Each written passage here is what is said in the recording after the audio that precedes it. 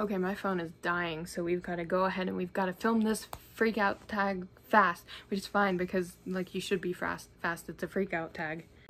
Didn't I make you laugh? Didn't I make you smile? Hi friends, it's Rory, and today I'm going to be doing the mid-year book freak out tag. It is now June, and that means that it is halfway through the year. What a year it's been. Let's go ahead and get started. Question number 1. Best book you've read so far in 2019. Clap When You Land by Elizabeth Acevedo. Not a big surprise. I've mentioned Elizabeth Acevedo as my favorite author. I've given literally every book that I've read by her 5 stars. It made me cry. It made me laugh. It was so good. It was not exactly what I was expecting, but in ways it was what I was expecting. That's confusing. It was really, really good, and I loved it. Once again, another 5-star read for me by Elizabeth Acevedo. I have to say she's my favorite author now. Like, you can't just give 3 books by the same person 5 stars and then not say that they're your favorite author. You feel me? Number 2, best new sequel you've read so far. Tunnel of Bones by Victoria Schwab. This is a series about a girl who can see ghosts, and her job is to kind of like send ghosts on, and her best friend is a ghost, and the second one is so good. It's much better than the first one. The first one was good, but this one was fantastic, like 5 stars for this one as well.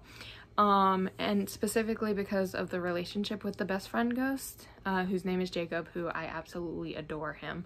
And I cannot wait for the next one. It's gonna be such a great ride. This is the type of like series that kids can grow up on, and I adore it.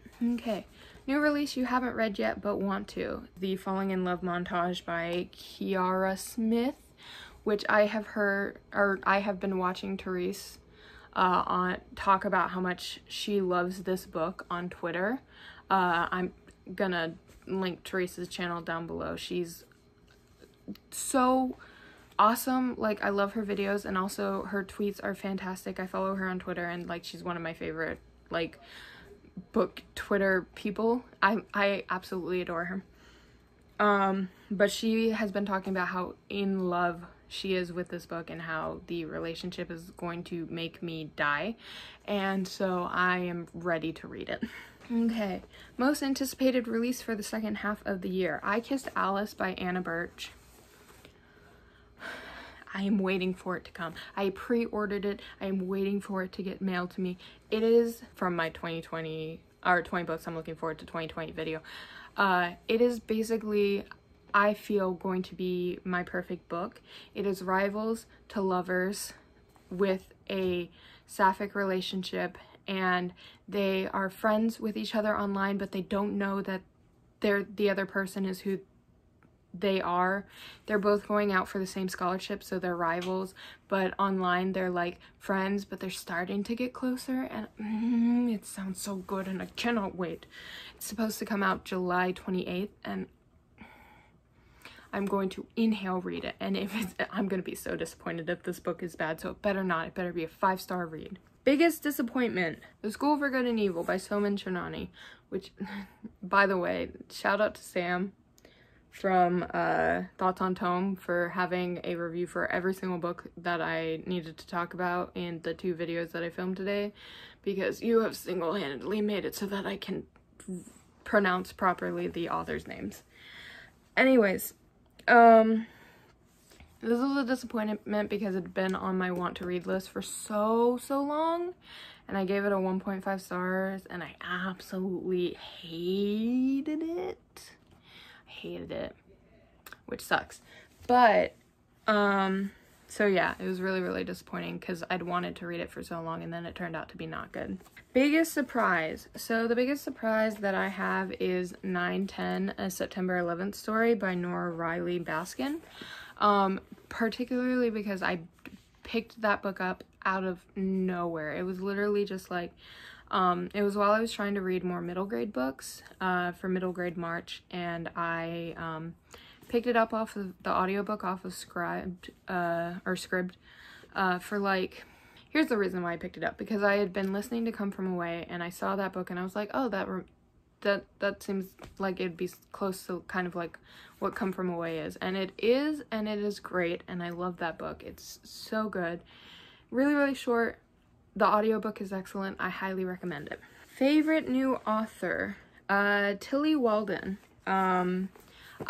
She is a graphic novelist, and I have read 2 books by her this year. She's also the only new author that I've read so far. That being said, I really, really did enjoy her work.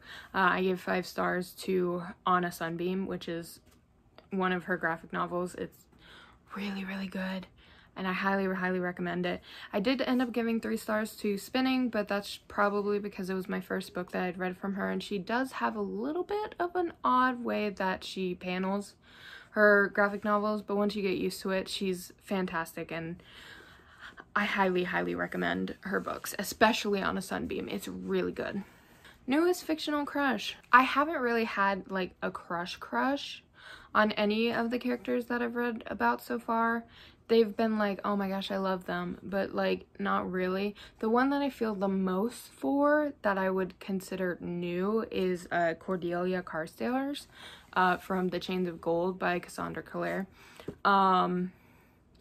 She reminds me a lot of Emma, and I'm absolutely in love with Emma from The Dark Artifacts, probably because she's Emma's ancestor, but specifically because I'm in love with badass women with swords. That's it. I'm a simple lesbian. A book that made you cry. Star-Crossed by Barbara D. Star-Crossed is a story about a girl named Maddie who is performing in Romeo and Juliet in her 8th grade with the rest of her 8th grade class, and she starts to get a crush on the girl playing Juliet, and through the plot she ends up playing Romeo, and it's a really cute like early middle grade queer story talking about like kind of like the first crush you have on a girl, and I related a lot to it, and it made me cry because I felt so much for Maddie's story. Book that made you happy. Legend of Korra, the Turf Wars. I mentioned in the video that I just posted earlier, I just filmed it, but that I posted earlier on favorite couples, that Korra and Asami is one of my favorite queer couples that are canon.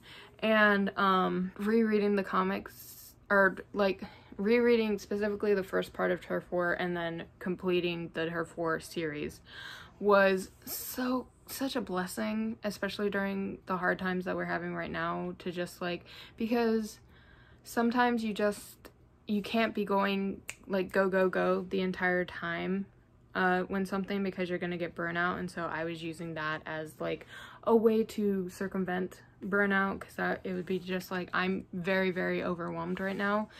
Let me focus a little bit on Legend of Korra. Okay, back to it. Yeah, it made me happy. It makes me really, really happy when there is canon. The most beautiful book you've bought this year. Starry Eyes by Jen Bennett. I should have thought this through better and taken it down from the shelf so that you could see it, but I'm too lazy to stand up right now, so I'll just put a picture to the side of me. It's a really pretty cover. I love stars and galaxies, and I also really, really like simple like color schemes, and this kind of like goes through all of it, and it's beautiful. What books do you need to read by the end of the year? So all the books that I've already mentioned, but I also want to read Open Season, Legalized Genocide of Colored People by Benjamin Crump. This is just part of my own self-education. Along with that, I've just heard really, really good things about the book. The others that I want is A Song Below Water by Bethany C. Morrow, and that is entirely because, Julie, has been talking about it on Twitter, and she has been talking about how good it is, and I'm not really the biggest mermaid fan, but I did find out that I do much better with sirens than I do with mermaids, and so I want to see if that kind of like continues on with this book. You feel me? I have it waiting in my script, and I'm gonna listen to the audiobook. I just haven't been in the mood to listen to audiobooks right now. But yeah, I'm looking forward to that, and that'll probably be done soon. Along with that, I really want to read, I want to read The Gown by, Jennifer Robinson? Yeah, Robson by Jennifer Robson. That is the one adult book that I've bought myself this year, and I want to try to read it. I'm really trying to get into adult books this year. Along with that, I'm going to talk about where I am currently with my Goodreads reading goal. So I have a goal to read 60 books in 2020. I'm currently at 43 halfway through the year, so doing fantastic. Most of it, admittedly, is because I reread the entirety of Fruits Basket. But my computer is dying, my phone is dying, everything's dying. Still, I'm currently 17 books ahead of schedule, and that's really, really exciting because going into the second half of the year, I always end up reading more, so I'm definitely feeling confident that I'm gonna hit the 60 books, which makes me feel good about next year. I'm gonna try to increase the amount of books that I read each year. So yeah, that's really, really exciting. Also, just this, so far I've really started to fall in love with like comics and graphic novels. That's something I never really read before, so if you have any like recommendation on graphic novels or comics that I should read, I would absolutely adore it.